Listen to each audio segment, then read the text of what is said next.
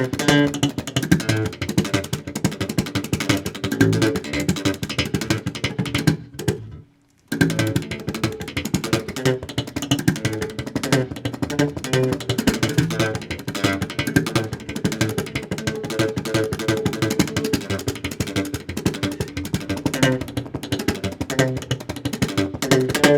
I'm Barry Sahajian. This is Beginner Slap Bass Day 6 of 100.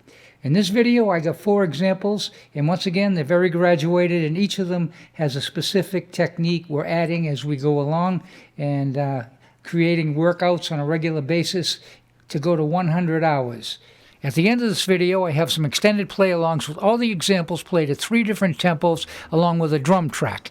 You can find links in the video description below to the play-alongs, as well as all the examples which I explain and go over the technique. If you haven't subscribed already, please do. Hit the bell to be notified of all the upcoming videos. Like and comment. So let's jump right into the first example, and this would be an alternating slap and a pop, just back and forth all the time.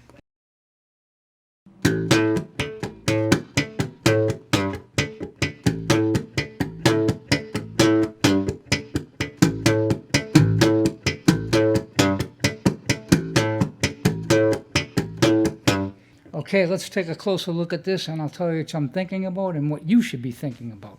So let's take this right hand. We're going very simple, just back and forth. Notice my thumb is coming out more. I'm exaggerating the slap and pop. You can see that doorknob technique, or shaking your hand nice and loose.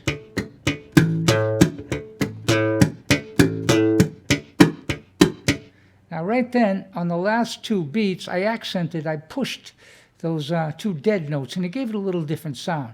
The whole idea is to have that strength of the alternating line to add other things to it as you go along. So you want everything to be as solid as a rock.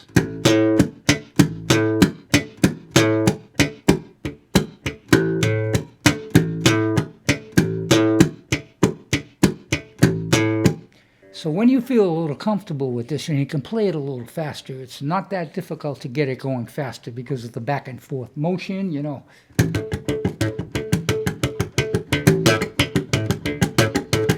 So you can experiment by popping different notes, but keeping the back and forth motion going at all times.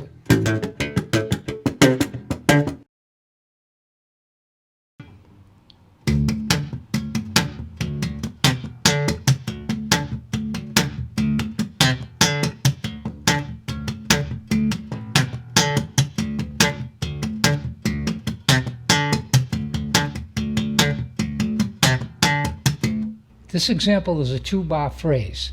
The first measure, the pops are on the 2nd and 4th beat, which technically makes it a backbeat.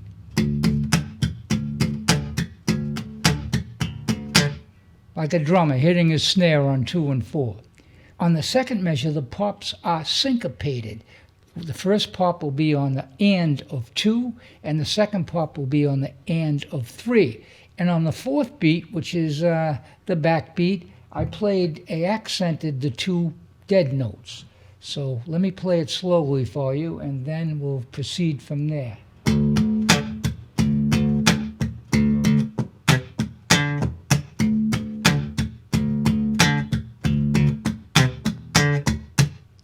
What I'm doing on the 4th beat is I accented those dead notes, as I said, and you may want to point that out because that gives the line support, hearing that backbeat in there, where in the first measure, the backbeats both had pops on them right on the beat.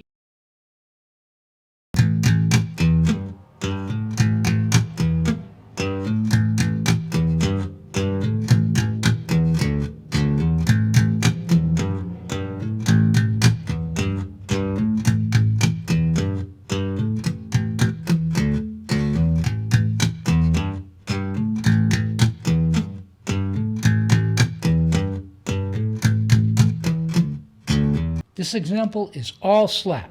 One good thing about this example, it gives you the opportunity to build a callus on your thumb. You really need a callus right here between your knuckle and the tip of your thumb to bring your tone up to speed. And this will do it because you're doing nothing but slapping. Without doing a pop, you can go deeper into a groove because you're just laying it down with your thumb. So what you want to pay attention to on this one is I have a dead note slap on beat 2, and I accent that one, and that's the one articulation on this line that really makes it work because you get the feel of that backbeat.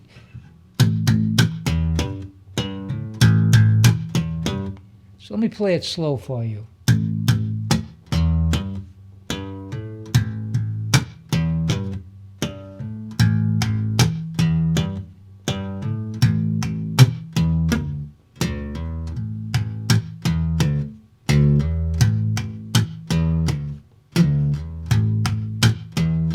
I repeated the last measure of the 4-bar phrase a few times so you could hear it, and once again it would be a good idea to learn the first measure, which repeats 3 times, and then isolate the last or the 4th measure and work on that and then put them together. So you want to hit that 2 really hard and square and make that dead note accented and loud.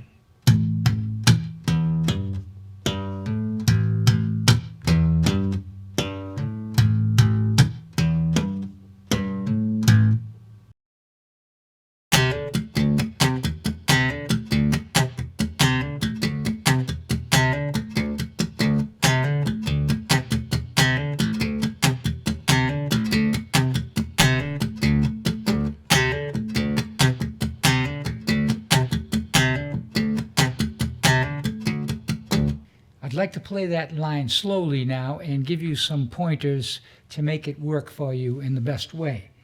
So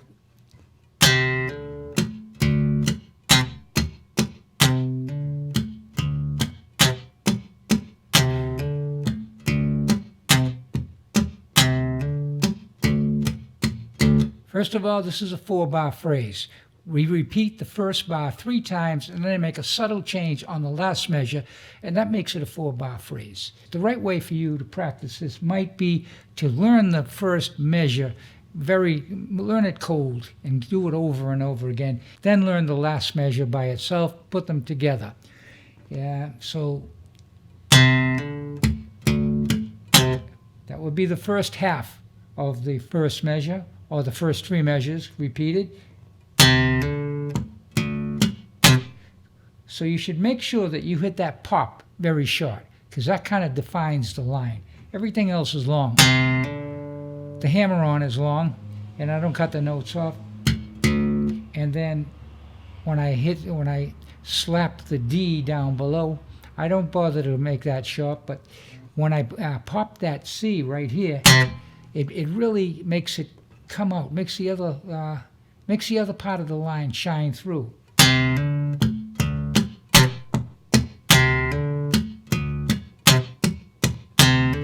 And to make sure you articulate every single note the way they were meant to be played, that's where the real practice comes in, and that's when you're gonna train your ear to hear the subtle nuances of the line and the technique and the articulation.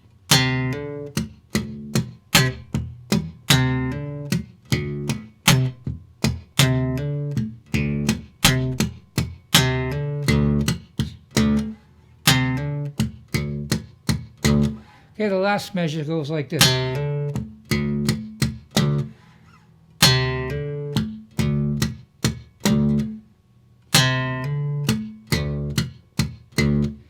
So the only short note is the very last note when you hit the last D.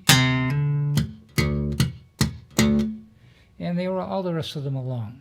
Of course, you can make any change you want. This is just the way I suggest it to be played so you can develop your technique. But once you, so it is important to articulate everything as close as you can as written, and then you will have learned these subtle techniques and articulations, and it'll come out in your playing.